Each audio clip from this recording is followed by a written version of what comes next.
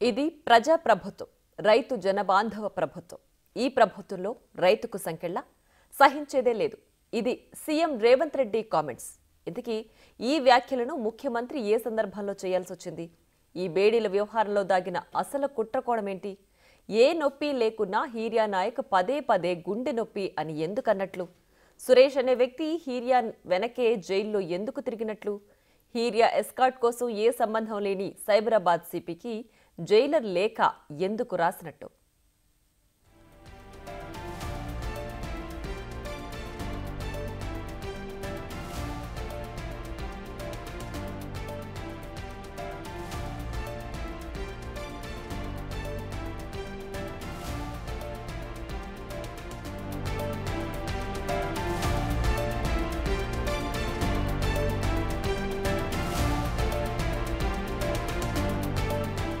లగచర్ల రైతు హీరియా నాయక్ కు బేడీలు వేసిన ఘటనపై తెలంగాణ సర్కార్ కీలక నిర్ణయం తీసుకుంది. Sangareddy central jail superintendent Sanjeev రెడ్డిపై క్రిమినల్ కేసులు నమోదు చేయాలని ఆదేశించింది. ఇప్పటికే సంజీవ్ రెడ్డిని సస్పెండ్ చేస్తూ జైళ్ల శాఖ డీజీ సౌమ్య మిశ్రా ఉత్తర్వులు జారీ చేశారు. అలానే ఆయన సుమారు 4 గంటల పాటు ఐజీ సత్యనారాయణ జైల్లో విచారణ చేశారు. సంగారెడ్డి సెంట్రల్ జైలు సిబ్బంది తప్పిదం వల్లే రైతుకు బేడీలు వేసినట్లు చెబుతున్నారు. బేడీలు వేయడం వెనుక కుట్రకోణం ఉందని కూడా ఐజీ అనుమానం వ్యక్తం చేశారు.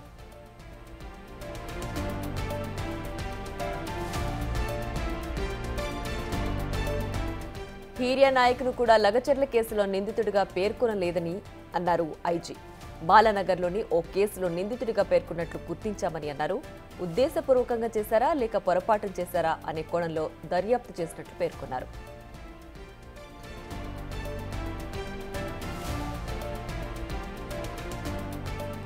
అంతకుముందు ఈ ఘటనపై సీఎం రేవంత్ సీరియస్ అయ్యారు. రైతు హీరియా నాయక్ కు చికిత్స కోసం సంగారెడ్డి ఆసుపత్రికి బేడీలతో తీసుకెళ్లడంపై ఆగ్రహించారు. ఢిల్లీ పర్యటనలో ఉన్న సీఎం రేవంత్ రెడ్డి ఈ ఘటనపై అధికారులను ఆరా తీశారు. రైతుకు బేడీలు వేసి తీసుకెళ్లాల్సిన అవసరం ఏముందని ప్రశ్నించారు. ఘటనపై విచారణ జరపాలని ఆదేశించారు. ఇలాంటి చర్యలను సహించేది లేదని రేవంత్ రెడ్డి హెచ్చరించారు.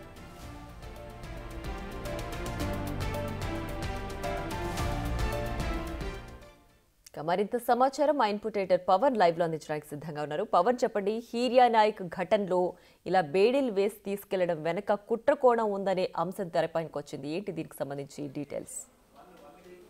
అది మార్చు గురు.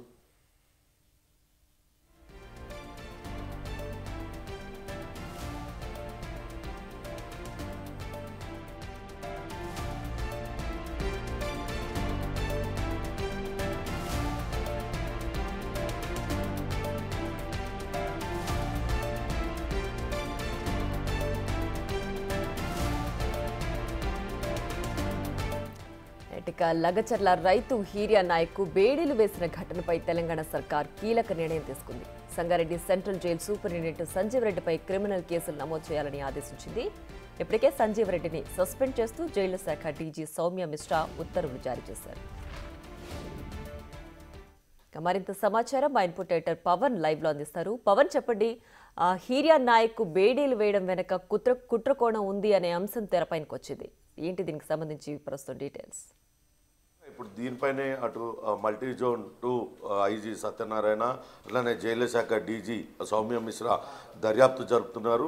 అటు లగచర్ల కేసులో అరెస్ట్ అయిన హీరియా నాయక్ను వేరొక కేసులో సైబరాబాద్లోని బాలానగర్ పోలీస్ స్టేషన్లో నమోదైన కేసులో రిమాండ్ ఖైదీగా ప్రస్తావిస్తూ ఆయనను చికిత్సకు పంపడం, దీని అంతటి వెనకాల జైలు సిబ్బంది నిర్లక్ష్యం ఉంది. అదే సమయంలో వేరే జైల్లో ఉన్న సురేష్, లగచర్ల కేసులో కీలక నిందితుడు సురేష్ కొన్ని ఫోన్లలో మాట్లాడాడు. ఇవన్నీ కూడా జైళ్ల శాఖ సిబ్బంది నిర్లక్ష్యం ఉందని చాలా స్పష్టంగా తెలుస్తుంది. ఈ నేపథ్యంలోనే అటు ఇప్పటికే కంది జైలు ఆయన సంతోష్ను సస్పెండ్ చేశారు, సంజీవ్ రెడ్డిని సస్పెండ్ చేశారు. అట్లనే జైలు సూపరింటెండెంట్ సంతోష్ రాయ్ పైన కూడా ఇప్పటికే విచారణ ప్రారంభించారు. హీరియా నాయక్ ముందుగా గుండె నొప్పి వచ్చిందంటూ ఆయన చెప్పడంతో జైల్లో ఉన్న వైద్యుల చేత ఆయనకు చికిత్స చేయించారు. కానీ ఆయనకు మరోసారి గుండె నొప్పి వస్తుందని చెప్పడంతో మెరుగైన చికిత్స అందజేయడం కోసం ముందుగా గాంధీ ఆసుపత్రికి తరలించారు. అక్కడ గుండెకు సంబంధించిన అన్ని పరీక్షలు చేసినా అన్నీ సక్రమంగానే ఉన్నాయంటూ చెప్పారు. కానీ హీరియా నాయక్ పదే పదే తనకు గుండె నొప్పి వస్తుంది అని చెప్పడంతో ఆయనను మెరుగైన వైద్య చికిత్స కోసం అటు నిమ్స్కి తరలించారు. అయితే మొత్తంగా దీని వెనకాల అటు న్యాయవాదుల పాత్ర పైన అటు ఇతర నిందితుల పాత్ర పైన కూడా అనేక అనుమానాలు వ్యక్తమవుతున్నాయి. గుండె నొప్పి వస్తుందని చెప్తే తొందరగా బెయిల్ లభిస్తుందంటూ సురేష్ న్యాయవాదులతో చెప్పించడం, ఆ న్యాయవాదులు అటు హీరియా నాయక్ చెప్పడంతోనే ఈ రకంగా చెప్పడా అనే అనుమానాలు కూడా వ్యక్తం అవుతున్నాయి. ఏమైనప్పటికీ హీరియా నాయక్ బేడీలేసి తీసుకురావడం పైన అటు ముఖ్యమంత్రి తీవ్ర స్థాయిలో మండిపడ్డారు. ప్రజాపాలన నడుస్తుంది, ఇది ప్రజాప్రభుత్వంలో ఇటువంటి చర్యలకు తావులేదు, అతన్ని బేడీలతో తీసుకొచ్చిన సిబ్బంది పైన చర్యలు తీసుకోవాలంటూ ఆదేశాలు జారీ చేసిన నేపథ్యంలో హుటాహుటిన విచారణ ప్రారంభించారు. విచారణలో అనేక అవకతవకలు బయటపడ్డాయి. వాస్తవానికి లగచర్ల కేసులో హీరియా నాయక్ అరెస్ట్ అయితే ఆయనను పంపించేటప్పుడు వికారాబాద్ నుంచి పోలీసుల్ని ఎస్కార్ట్గా తెప్పియాలి. కానీ ఇక్కడ సైబరాబాద్కు చెందిన పోలీసులు ఎస్కార్ట్ ఇచ్చి అతన్ని జైలుకు తీసుకువెళ్లారు. సైబరాబాద్ పరిధిలో ఏదైనా కేసు నమోదైతే సైబరాబాద్ పోలీసులు వాళ్ళ ఎస్కార్ట్తో తీసుకెళ్ళాలి. కానీ హీరియా నాయక్ పైన నమోదైంది లగచర్లలో జరిగిన కేసు. కానీ బాలానగర్లో జరిగిన ఒక రోడ్డు ప్రమాదం కేసులో నిందితుడిగా పేర్కొంటూ అతన్ని బయటకు పంపడం, ఇట్లాంటి అవకతవకలన్నింటినీ నిన్న అటు జైళ్ల శాఖ డీజీ విచారణలో కావచ్చు, అట్లనే మల్టీజోన్ 2 ఐజీ సత్యనారాయణ విచారణలో వెల్లడైన ఈ నేపథ్యంలోనే జైలర్ సంజీవ్ రెడ్డి పైన తీవ్ర ఆగ్రహం వ్యక్తం చేసిన అధికారులు అతను వెంటనే సస్పెండ్ చేశారు. అట్లనే జైలు సూపరింటెండెంట్ సంతోష్ రాయ్ పైన కూడా చర్యలకు ఉపక్రమించారు. అయితే హీరియా నాయక్ ప్రస్తుతం ఆరోగ్య పరిస్థితి మెరుగ్గా ఉందంటూ అటు నిమ్స్ డైరెక్టర్ బీరప్ప చెప్తున్నారు. నిన్ననే అతనికి ఈసీజీ 2DAకో తదితర పరీక్షలన్నీ కూడా నిర్వహించారు. బీపీ రక్త పరీక్షలు ఇతరవన్నీ కూడా చేశారు. అంతా కూడా నార్మల్గా ఉన్నట్లుగా వైద్యులు చెప్తున్నారు. అయినప్పటికీ కూడా ప్రభుత్వం అతనికి మెరుగైన వైద్య చికిత్స అందజేయాలని చెప్పిన నేపథ్యంలో అతన్ని అనేక మంది నిపుణులైన వైద్యుల పర్యవేక్షణలో ఉంచి అతన్ని క్షుణ్ణంగా పరిశీలిస్తున్నట్టు తెలుస్తుంది. ప్రస్తుతానికైతే హీరియా నాయక్ ఆరోగ్య పరిస్థితి పూర్తిగా నిలకడగా ఉంది, అతనికి ఎటువంటి ప్రమాదం లేదని వైద్యులు చెప్తున్న పరిస్థితి ఉంది. కానీ పవన్ అయితే ఇప్పటికే హీరియా నాయక్ పదే పదే గుండె నొప్పి వస్తుందని చెప్పడం వెనుక కేవలం బెయిల్ వస్తుందనే ఆలోచనతోనే ఆయన చెప్పారా? నిజంగానే ఆయన హెల్త్ కండిషన్ సరిగ్గా లేదా? మరి అంటే టెస్ట్లన్నీ బాగానే ఉన్నాయి, హెల్త్ బాగానే ఉందని చెప్తున్న నేపథ్యంలో దీన్ని ఏ విధంగా చూడాలంటారు? ఖచ్చితంగా గాంధీ ఆసుపత్రిలో చికిత్స అటు ఆయనకు పరీక్షలు నిర్వహించారు. అందులో కూడా అన్ని సక్రమంగానే ఉన్నట్లుగా వచ్చాయి. ఈసీజీ కావచ్చు, 2DAకో తదితర పరీక్షలన్నీ కూడా చేశారు.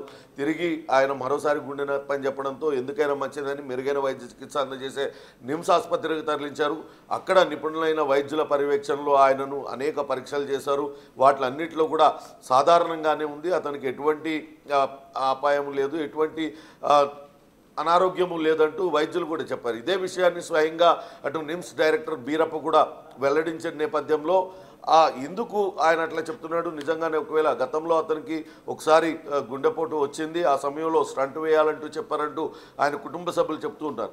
అదే విషయాన్ని ఆయన జైల్లో ఉన్న నేపథ్యంలో కొంత అస్వస్థతకు గురయ్యాడా నిజంగానే, లేకుంటే అటు సురేష్ ఆదేశాలతో అటు లాయర్లు వచ్చి ఇట్లా చెప్తే నీకు తొందరగా బెయిల్ వస్తుందని చెప్పడంతో ఆయన ఈ రకంగా చేశాడా అనే దానిపైన ప్రస్తుతం అయితే దర్యాప్తు చేస్తున్నారు. ఖచ్చితంగా దీని వెనకాల కుట్రకోణం ఉందని పోలీసులు అయితే అనుమానిస్తున్నారు. జైల్లో ఉన్న సురేష్ ఏ రకంగా ఫోన్లు వినియోగిస్తున్నాడు, అతను ఎవరెవరిని కలుస్తున్నారు, కలిసిన వాళ్ళు తిరిగి ఇక్కడ వికారాబాద్ జైల్లో మెదక్ సంగారెడ్డి జైల్లో ఉన్న నిందితుల్ని కలిసి వాళ్ళకేం చెప్తున్నారు, వీటిలన్నింటినీ కూడా పోలీసులు అయితే క్షుణ్ణంగా పరిశీలిస్తున్నారు. జైళ్ల శాఖ సిబ్బంది నిర్లక్ష్యంతో ఇదంతా కూడా జరుగుతున్నట్లుగా గుర్తించి ఇప్పుడు జైళ్ల శాఖ సిబ్బంది పైన చర్యలకు ఉపక్రమించారు. ఖచ్చితంగా దీని వెనకాల ఖచ్చితంగా కుట్ర ఉండే అవకాశం ఉంటుందంటూ అధికారులు భావిస్తున్నారు. నిజంగానే ఒకవేళ కనుక హీరియా నాయక్ అనారోగ్యం ఉంటే ఎట్టి పరిస్థితుల్లో కూడా అతనికి మెరుగైన వైద్య చికిత్స అందజేస్తాం, అతనికి ఏం ప్రాణహాని లేకుండా చూసుకుంటామంటూ అటు అధికారులు కూడా చెప్తున్న పరిస్థితి ఉంది.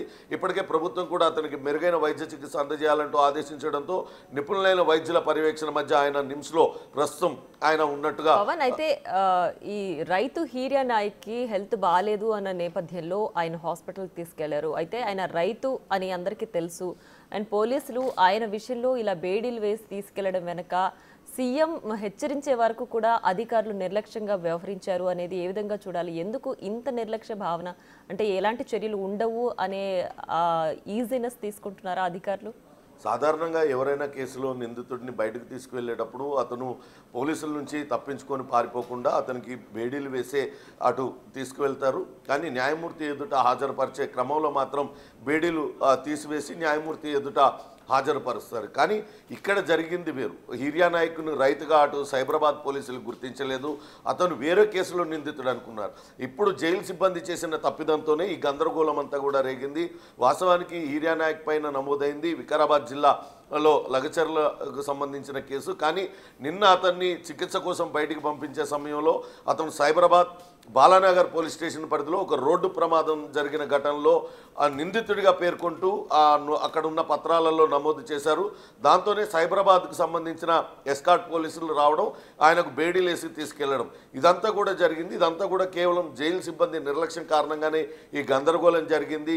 ఈ రైతుగా గుర్తించని సైబరాబాద్ పోలీసులు అతనికి బేడీలు వేసి తీసుకువెళ్లారు. అవన్నీ కూడా సోషల్ మీడియాలో వైరల్గా మారడంతో సీఎం తీవ్ర ఆగ్రహం వ్యక్తం చేశారు.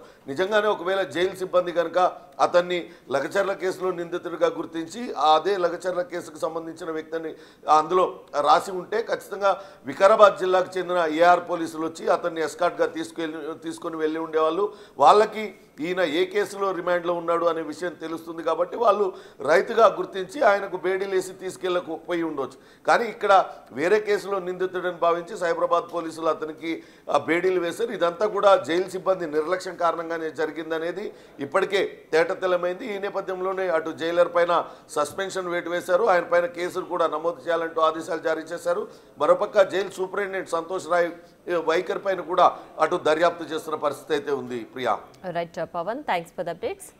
రైట్, ఇక లగచర్ల ఘటనలో ఇప్పుడు ప్రస్తుతం రైతు హిరియా నాయక్ను అరెస్ట్ చేశారు. బట్ ఆ కేసులో కాదు అరెస్ట్ చేసింది, బాలనగర్ రోడ్ యాక్సిడెంట్లో ఆయన అరెస్ట్ చేసినట్లుగా కూడా జైలు శాఖ అధికారులు చెప్తున్నారు. ఈ నేపథ్యంలో ఆయన ఆరోగ్య పరిస్థితి సరిగా లేదు, పదే పదే గుండె నొప్పి వస్తుంది అని చెప్పిన నేపథ్యంలో హాస్పిటల్కు బేడీలు వేసి తీసుకెళ్లిన ఘటన ప్రస్తుతం చర్చనీయాంశమైంది. సీఎం రేవంత్ రెడ్డి కూడా ఈ ఘటనపై ఆయన హెచ్చరించారు.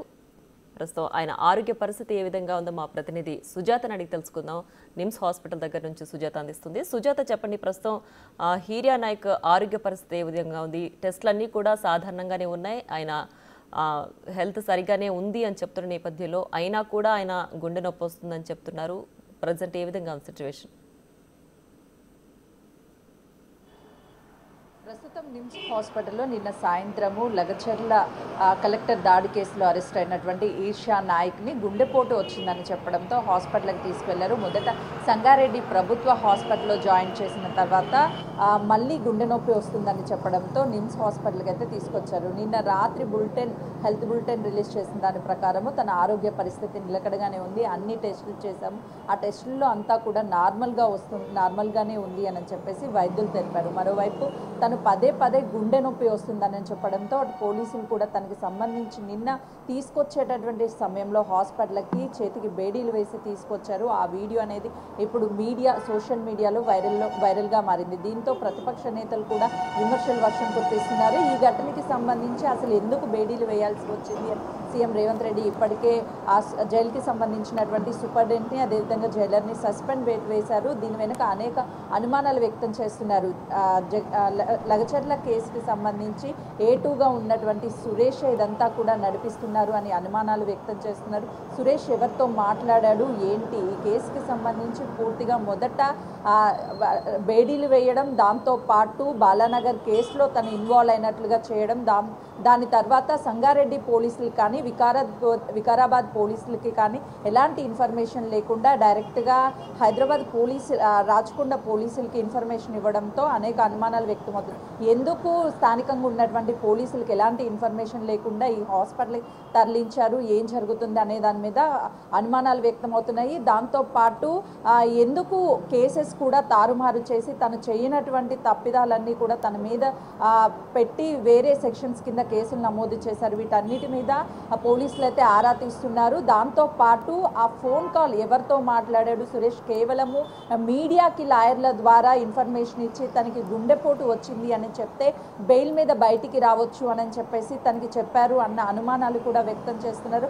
అసలు ఎవరితో కాల్ మాట్లాడారు ఏంటి అనే దాని మీద ఆరా తీస్తున్నారు. కాబట్టి కాల్ మాట్లాడింది ఎవరితో ఏం మాట్లాడారని పూర్తి వివరాలు కానీ తెలిస్తే ఈ కేసుకి సంబంధించి ఒక క్లారిటీ వచ్చే అవకాశం ఉంటుంది. ప్రస్తుతం ఆ హాస్పిటల్ వైద్యులు మాత్రము తనకు ఎలాంటి ఇబ్బంది లేదు, తన ఆరోగ్య పరిస్థితి అంతా కూడా నిలకడగా ఉంది అని చెప్తున్నారు. అసలుకి మళ్ళీ హెల్త్ బులెటిన్ రిలీజ్ చేసే అవకాశం ఉంటుంది. అప్పుడు ఏం చెప్తారు ఏంటి అనేది కూడా చూడాలి ప్రియా.